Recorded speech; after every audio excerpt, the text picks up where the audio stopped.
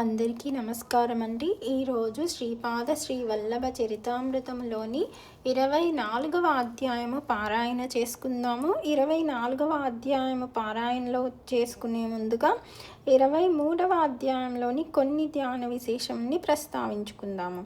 23వ అధ్యాయంలో శివయోగి గారైన ఒక గొప్ప అవధూత గురించి ప్రస్తావించారండి. ఈ శివయోగి గారు శ్రీపాద శ్రీ వల్లభుల వారి దర్శనానికి కోసం వెళ్ళినప్పుడు శ్రీపాదుల వారు ఆయనకి శివశక్తి స్వరూపులుగా దర్శనమిచ్చారు. ఆ వెంటనే ఆయన 3 రోజుల పాటు సమాధి స్థితిలో ఉన్నారు.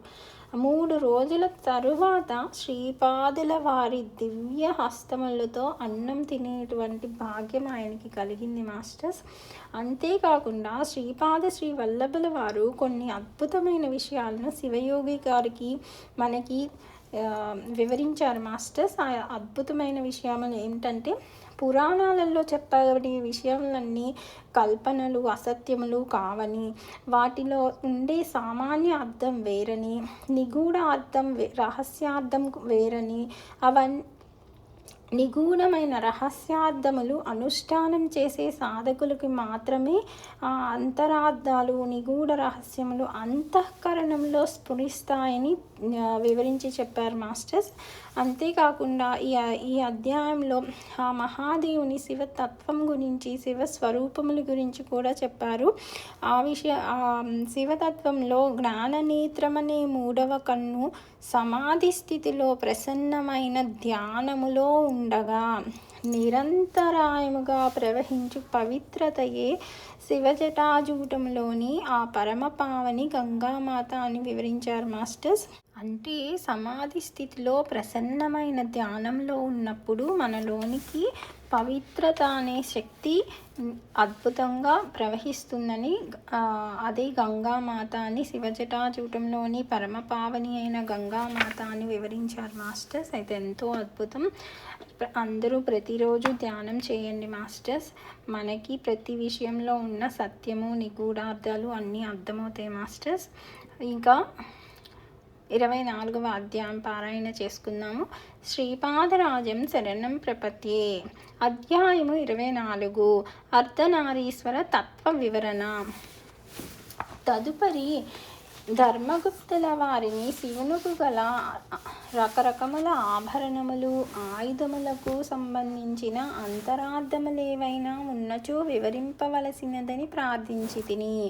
దానికి ధర్మగుప్తుల వారు, అయ్యా శంకర భట్టు, గణపతి దేవునకు పాశాంకుశములు ముఖ్యాయుధములు, అటులని విష్ణువునకు సుదర్శన చక్రము ముఖ్యాయుధము, ఇదే విధముగా శంకరుల వారికి త్రిశూలము ముఖ్యాయుధము. త్రిశూలమునకు పైన 3 కొనలుండును కదా, అవి అగ్నిజ్వాలల రూపంలో ఉండును. ఈ 3ను అడుగున కలిసి ఉండి ఒకే స్థూలహస్తముగా ఉండును. సత్వ రజస్తమో గుణములను ఆ 3 కొనలు సూచించును. వీటి యొక్క ఏకత్వము నిజానికి అది త్రిగుణాతీతము. ఈ అంతరార్థమునే త్రిశూలము సూచించును. అంతేకాకుండా ఇడా పింగళ నాడుల ద్వారా శ్వాస ప్రవహించి భ్రూమధ్యమున ఉండెడి శిరస్థానమునకు చేరుకొనుచున్నది. ఇడా పింగళ సుషుమ్న అనబడు ఈ 3 నాడుల బ్రహ్మజ్ఞాన కేంద్రం ఏదైతే ఉన్నదో దానినే త్రివేణి సంగమమందురు. త్రిశూలములోని అంతరార్థం అదియే. రెండవది నాగాభరణం అనునది కలదు. కుండలినీ శక్తి విజృంభించినప్పుడు అష్టసిద్ధులు కలుగును. సర్పాకారముగా నుండెడి కుండలిని సూచించుటచే శ్రీ శంకర భగవానుని నాగాభరణుడని అందురు. శివునకు ఈశ్వరుడని కూడా పేరు. ఈ మహాసిద్ధులన్నీయు సర్పముల వలె ప్రమాదకరమైనవి. వాటిని వశమునందుంచుకుని లోక కళ్యాణార్థము ప్రయోగించువాడు కనుకనే శివునికి ఈశ్వరుడని కూడా పేరు వచ్చినది. శివుని త్రిశూలమునకు డమరుకము కట్టియుండును. శబ్దగణకం ఆకాశం అని చెప్పబడినది. ఆకాశమునందు శబ్దము యొక్క ప్రకంపనలు ప్రయాణించును. మనము మంత్రజపము చేసినప్పుడు కానీ వినినప్పుడు కానీ స్పందనలు వెలువడి ఆ స్పందనలు శివఢమరుక ధ్వని వంటి దానిని మన చెవులలో కలిగించును. మంత్ర పునశ్చరణ చేయుట వలన యోగికి ఆనందము కలుగును. ఈ ఆనందము వలన తాండవము చేయును. దీనికి గుర్తుగానే డమరకమును పరమేశ్వరుడు ధరించును. కనుబొమల మధ్య ఉండే ఆజ్ఞాచక్రమే సమస్త జ్ఞానమునకు కేంద్రమై ఉన్నది. జ్ఞానికి అతీంద్రియ దృష్టి కలుగుటకు ఆజ్ఞాచక్రము వికసింపవలెను. ఈ చక్రము ద్వారానే భూత భవిష్యత్ వర్తమానములను యోగి గ్రహించగలుగును. ఇదియే పరమేశ్వరుని మూడవ కన్ను. ఈ జ్ఞాననేత్రము వికసించిన ఎడల కామస్వరూపుడైన మన్మధుని దహించుటకు వీలు కలుగును. శివుని యొక్క నివాసము శ్మశానమని చెప్పబడినది. యోగాగ్ని వలన సమస్త కోరికలు భస్మం కాగా యోగికి పరమ శాంతి ప్రదాయకమైన నిర్వాణ స్థితి అనుభవమునకు వచ్చును. జ్ఞానం యొక్క స్థితిని తెల్లటి రంగుతో పోలుస్తారు. అది ఏ విభూతి. మనిషికి ఆలోచనలు కోరికలు నశించుట వలన శుద్ధమైన జ్ఞానం కలుగుతుంది. దాని వలన ఆనందం కలుగుతుంది. జ్ఞానం యొక్క పరిశుద్ధి అది భౌతిక, అది దైవిక, ఆధ్యాత్మిక, మానసిక అనే 4 స్థాయిల్లో జరుగుతుంది. దీనిని సూచించుటకే శివభక్తులు 4 విభూతి రేఖలను ధరిస్తారు. బంక వంటి దివ్యౌషధం శిలాజిత్ అనునది కలదు. దానిని తినిన వారు నిత్య యవనులై ఉందురు. పూర్వకాలములో శిలాదుడనే మహర్షి రాళ్ళు ఆహారంగా తీసుకుని జీవించేవాడు. అతడే నందీశ్వరుడుగా అవతరించాడు. శ్రీకృష్ణుడు రోహిణీ నక్షత్రంలో వృషభ రాశిలో జన్మించాడు. ఆర్ద్రా నక్షత్రం రుద్రస్థానం. ఉమామహేశ్వరుల అర్ధనారీశ్వర తత్వాన్ని తెలుపునది మిథున రాశి. ఈ రాశికి ముందుగా ఆకాశంలో వృషభ రాశి కనిపిస్తుంది. ఆ వృషభమే నందీశ్వరుడు. నంది ధర్మస్వరూపమును సూచించును. నిమ్న ప్రకృతికి చెందిన కామరూపుడైన మన్మధుని శివుడు దగ్ధం చేసినాడు. అప్పుడు మన్మధుడు నిరాకారుడై ఉన్నత ప్రకృతికి చెందిన దివ్య దాంపత్యమునకు చెందిన కామరూపుడైనాడు. కనుకనే కృష్ణుడు ఉపమన్యు ఋషి వద్ద శిష్యరకమును చేసి ఎంతో నిష్ఠతో శివోపాసన చేసి శివుని అనుగ్రహము వలన రుక్మిణీదేవి యందు ప్రద్యుమ్నుడనే కుమారుని కన్నాడు.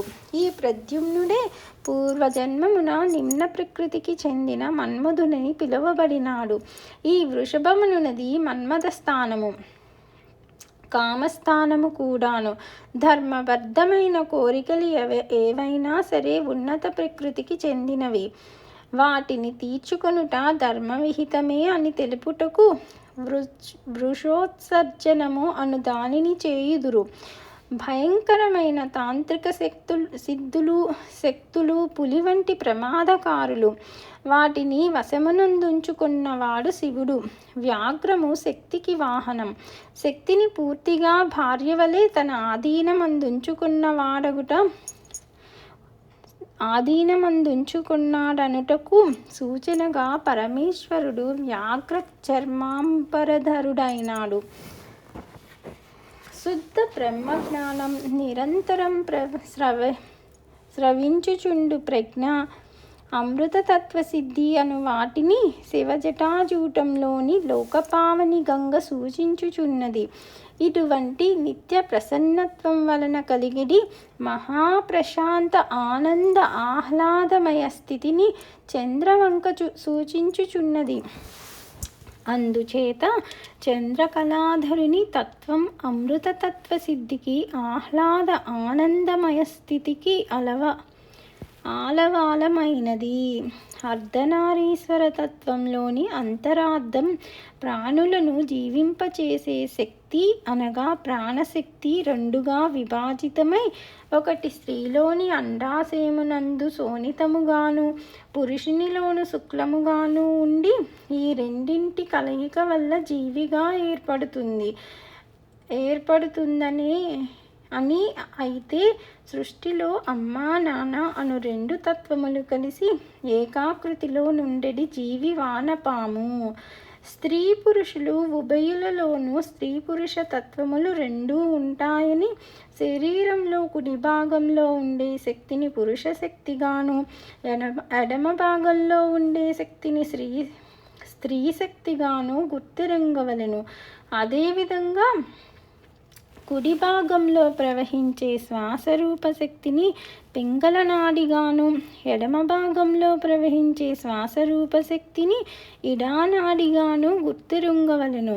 ప్రాణాయామం చేసేటప్పుడు కుడివైపు శ్వాస పీలిస్తే శరీరంలో వేడి పుడుతుంది కాబట్టి దానిని సూర్యనాడి అన్నారు. ఎడమవైపు శ్వాస పీలిస్తే శరీరం చల్లబడి చలువ చేస్తుంది కాబట్టి దానిని చంద్రనాడి అన్నారు.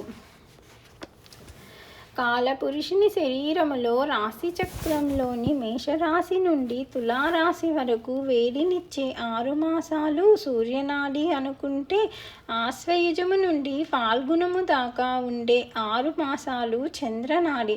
ఈ సూర్యచంద్రుల గతి వల్ల పౌర్ణమి అమావాస్యలు ఏర్పడుతున్నాయని మనము గ్రహించవలెను.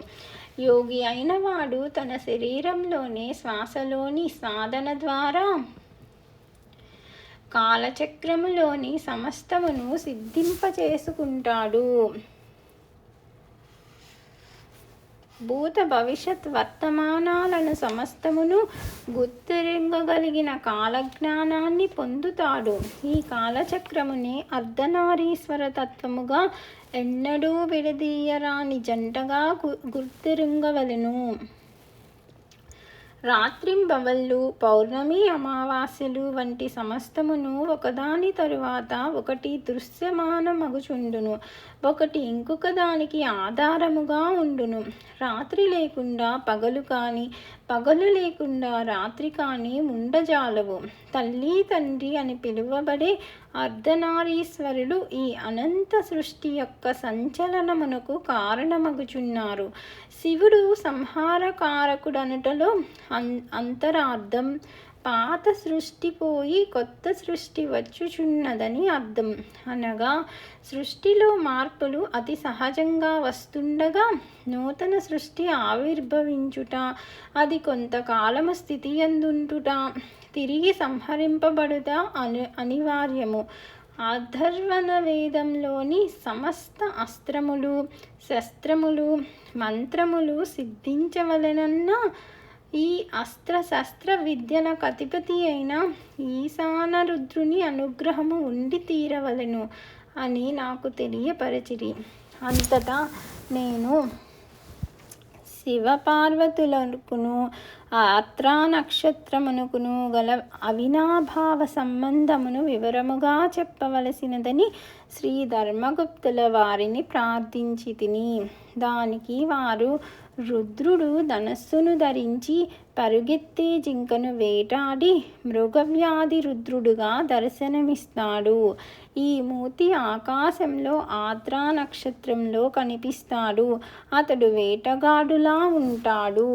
గ్రహ సంచార ప్రభావము. ఈ మృగవ్యాధ రుద్రుని రూపం నక్షత్ర మండలంలో మిథున, కర్కాటక రాశులకు అడ్డంగా ఐమూలగా కనిపిస్తుంది. ఈ నక్షత్ర మండలానికి దగ్గరగా క్రూర గ్రహములైన శని, కుజ, రాహువులు సంచారము చేసినప్పుడు విశ్వవ్యాప్తమైన యుద్ధములు, ప్రళయములు జరుగును. దేవదానవ యుద్ధాలు, మహాభారత యుద్ధము వంటివి అటువంటి గ్రహగతుల వలననే జరిగాయి. కాల సంహారమూర్తిని అనగా ధనస్సు ధరించిన ఉగ్రమూర్తి అయిన రుద్రుని మన్యుదేవతా రూపంగా వేదాలు వర్ణించాయి.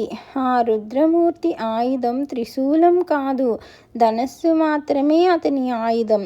మాఘమాసంలో అమావాస్య ముందు వచ్చే చతుర్దశిని మహాశివరాత్రి అందురు. ప్రతి నెలలోనూ అమావాస్య ముందు వచ్చే చతుర్దశిని మాస శివరాత్రి అందురు. శని ప్రదోష సమయమున ఈశ్వరారాధన ఫలితముగా శనిగ్రహ దోష నివారణ. మహాశివరాత్రి మంగళవారం వచ్చినచో అది మహాప్రశస్తము. మహాశివరాత్రి మంగళవారం వచ్చినచో అది మహాప్రశస్తం. శనివారం నాడు త్రయోదశి వచ్చిన ఎడల దానిని శని త్రయోదశి అందురు. కర్మకారకుడైన శని వలన జరిగే రకరకాల క్లేశములను తొలగించుకొనుటకు శని త్రయోదశి నాడు శివార్చనము చేసి శనికి ప్రీతికరముగా నువ్వులు దానము చేయవలెను. శనికి శివుడు అధిదేవత కనుక నువ్వుల నుండి తీసిన నూనెతో పరమేశ్వరిని అర్చించిన ఎడల శని బాధ నివృత్తి కలుగును. శనివారము నాడు ప్రదోష సమయమున శివారాధన చేసిన ఎడల శనికి అధిదేవత శివుడు కావున సమస్తములైన కర్మదోషములు తొలగి సుఖశాంతులను పొందగలరు.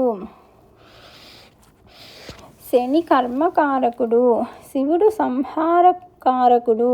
సమస్త విధములైన అశుభకర్మల మహాపాపములను భస్మీపటలము గావించుకొని శుభప్రదములైన నూతన దివ్య తేజోమయి శుభస్పందనలతో మానవులు శరీరము, మనస్సు, బుద్ధి, అహంకారము, చిత్తము, ఆత్మ పరిశుద్ధత నుండి ఆనందదాయకమైన నూతన జన్మమును పొందవలెనన్న ఏ మానవుడైనను శని ప్రదోష సమయమున శివారాధన చేయవలెను.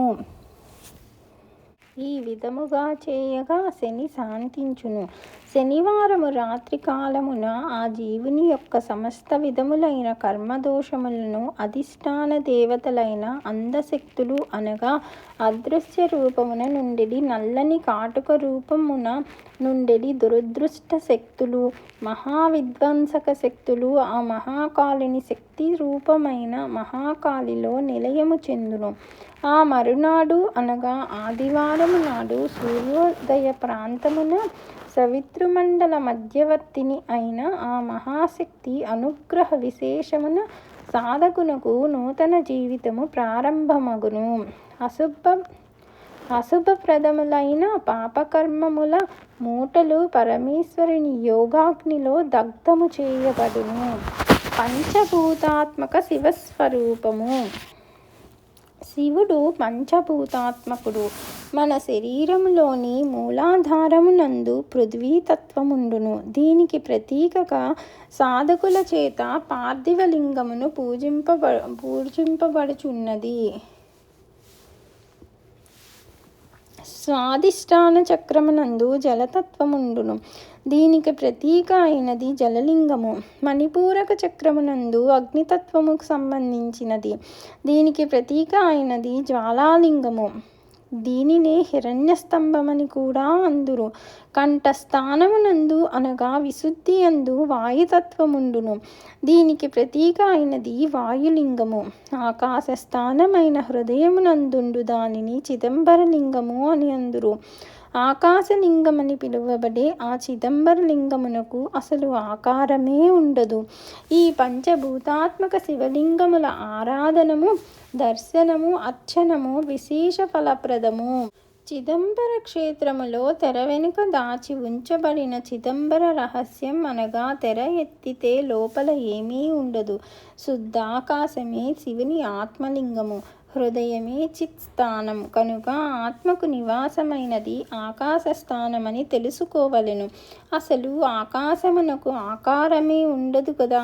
ఏకాగ్ర దృష్టిలో మనస్సును కేంద్రీకరించిన నిజతత్వమును ధ్యానించు యోగులకు హృదయాకాశం తెరుచుకొని తన హృదయాకాశంలోని సమస్త సృష్టి, యావత్ బ్రహ్మాండము, నక్షత్రములు, తారకలు మొదలైనవన్నీను దర్శనమిచ్చును. రుణమనగా పాపము. రుణము లేనిది అరుణము. పరమేశ్వరుడు దహరాకాశుడు. అతడు అరుణాచలేశ్వరుని రూపములోను, అరుణాచలము కొండ రూపముల్లోను, ఒక మహాసిద్ధుని రూపములోను అరుణాచలమునందున్నాడు. అతని దర్శనము సమస్త పాప క్షయకరము. ఈ ఆ అరుణాచలేశ్వరుడే నేడు మానవాకృతిలో పీఠికాపురమున శ్రీపాద శ్రీవల్లభ రూపములో అవతరించి మనలను తరింపచేయు ఉద్దేశముతో ప్రస్తుతము కురుంగడ్డలో దివ్య తేజో విరాజితుడై ఉన్నాడు.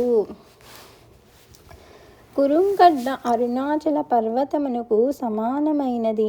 అర్ధనారీశ్వర రూపమునందున్న అరుణాచలేశ్వరుడే శ్రీపాద శ్రీవల్లభుడు. అరుణాచలమునందున్న మహాసిద్ధుడు కూడా ఈ అతీశ్వర వేషధారియే.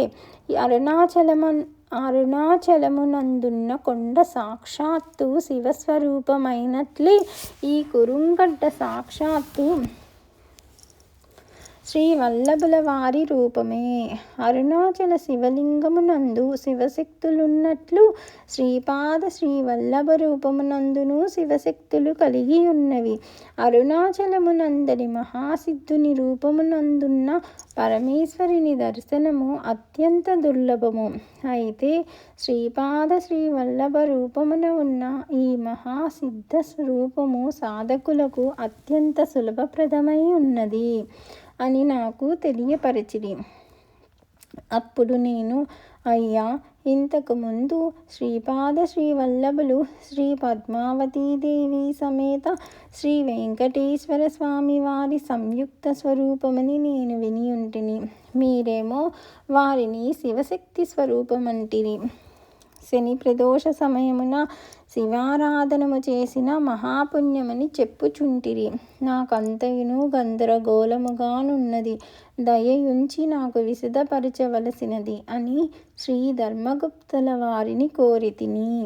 దానికి శ్రీ ధర్మగుప్తుల వారు నవ్వుచూ, అయ్యా, శ్రీపాద శ్రీవల్లభుల వారి దివ్యతత్వము సప్తర్షులకి అవగతము కాదు. అయినను నా శక్తి కొలది మీకు వివరింప ప్రయత్నించెదను. శ్రీ వెంకటేశ్వర ప్రభువులు కృతయుగము నుండి ఉన్నారు. వారు దశరథునికి వరమిచ్చిన వారు. వారు శ్రీరామచంద్రునిగా జన్మించెదనని చెప్పినటువంటి వారు.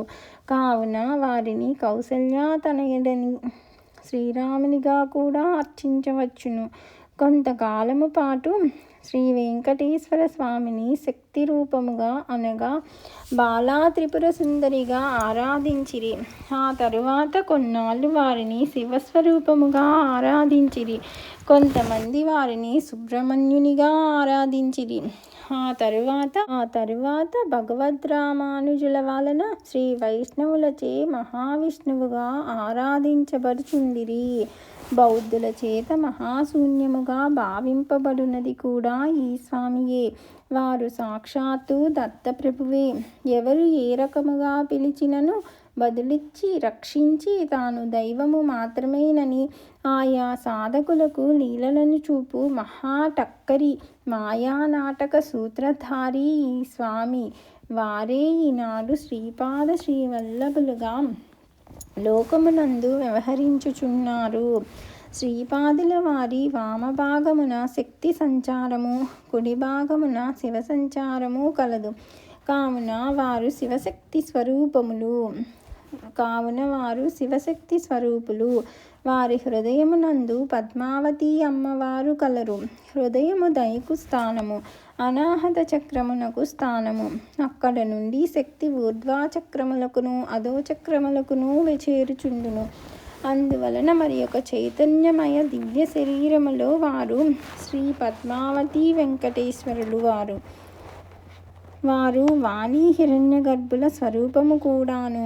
పరా పశ్యంతి మధ్యమ వైఖరి స్వరూపముగా నుండిది వాణీదేవి అనగా సరస్వతీదేవి వారి నాలుకపై నుండును. వాణీమాత దివ్య మానసము, హిరణ్యగర్భుని దివ్య మానసము అద్వైత స్థితిలో నుండును. అసలు చిదంబర రహస్యమేమనగా వారు 3 రకములైన చైతన్య స్వరూపములను ఏకకాలమున ధరించెదరు. ఒక శరీరమునకును వారి యొక్క మరి ఒక శరీరమునకును ఏ కొలతలోనూ కూడా కనీసం స్పర్శ కూడా ఉండదు. వారు వాణి హిరణ్య గర్భులనేటి చైతన్య శరీరమును, శివపార్వతులనేటి చైతన్య శరీరమును, పద్మావతి వెంకటేశ్వరులనిటి చైతన్య శరీరమును ఏకకాలమున ధరించుచు వీటికి అతీతమైన శ్రీపాద శ్రీవల్లభులనిటి చైతన్య శరీరమునొకటి ధరించితిరి. ఇది వారి యోగమాయ, వారి వైష్ణవమాయ. ఇదియే వారి చిదంబర రహస్యము. వారిని ద్వైతులన్నను, విశిష్టాద్వైతులన్నను, అద్వైతులన్నను, వాటి అన్నింటికీ అతీతులన్నను చెల్లును. కారణమేమనగా వారి యోగమాయకు, వైష్ణవమాయకు అంతు పంతు లేదు.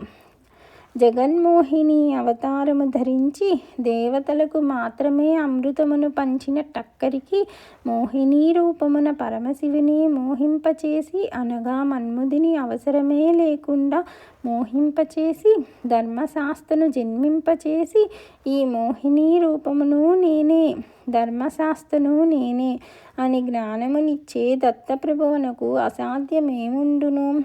ఆత్మమాయ చేత తన్ను తానే సృష్టించుకొందునని చెప్పెను కదా. మోహిని రూపమున ఉన్న తానే ధర్మశాస్త్రగా సృష్టించుకున్నాడు. ఆహా, ఎంత టక్కరి విధానము అని చెప్పి నన్ను ఆశ్చర్యపరిచిరి. శ్రీపాద శ్రీవల్లభులకు జయము జయము. అధ్యాయము 24 సమాప్తము.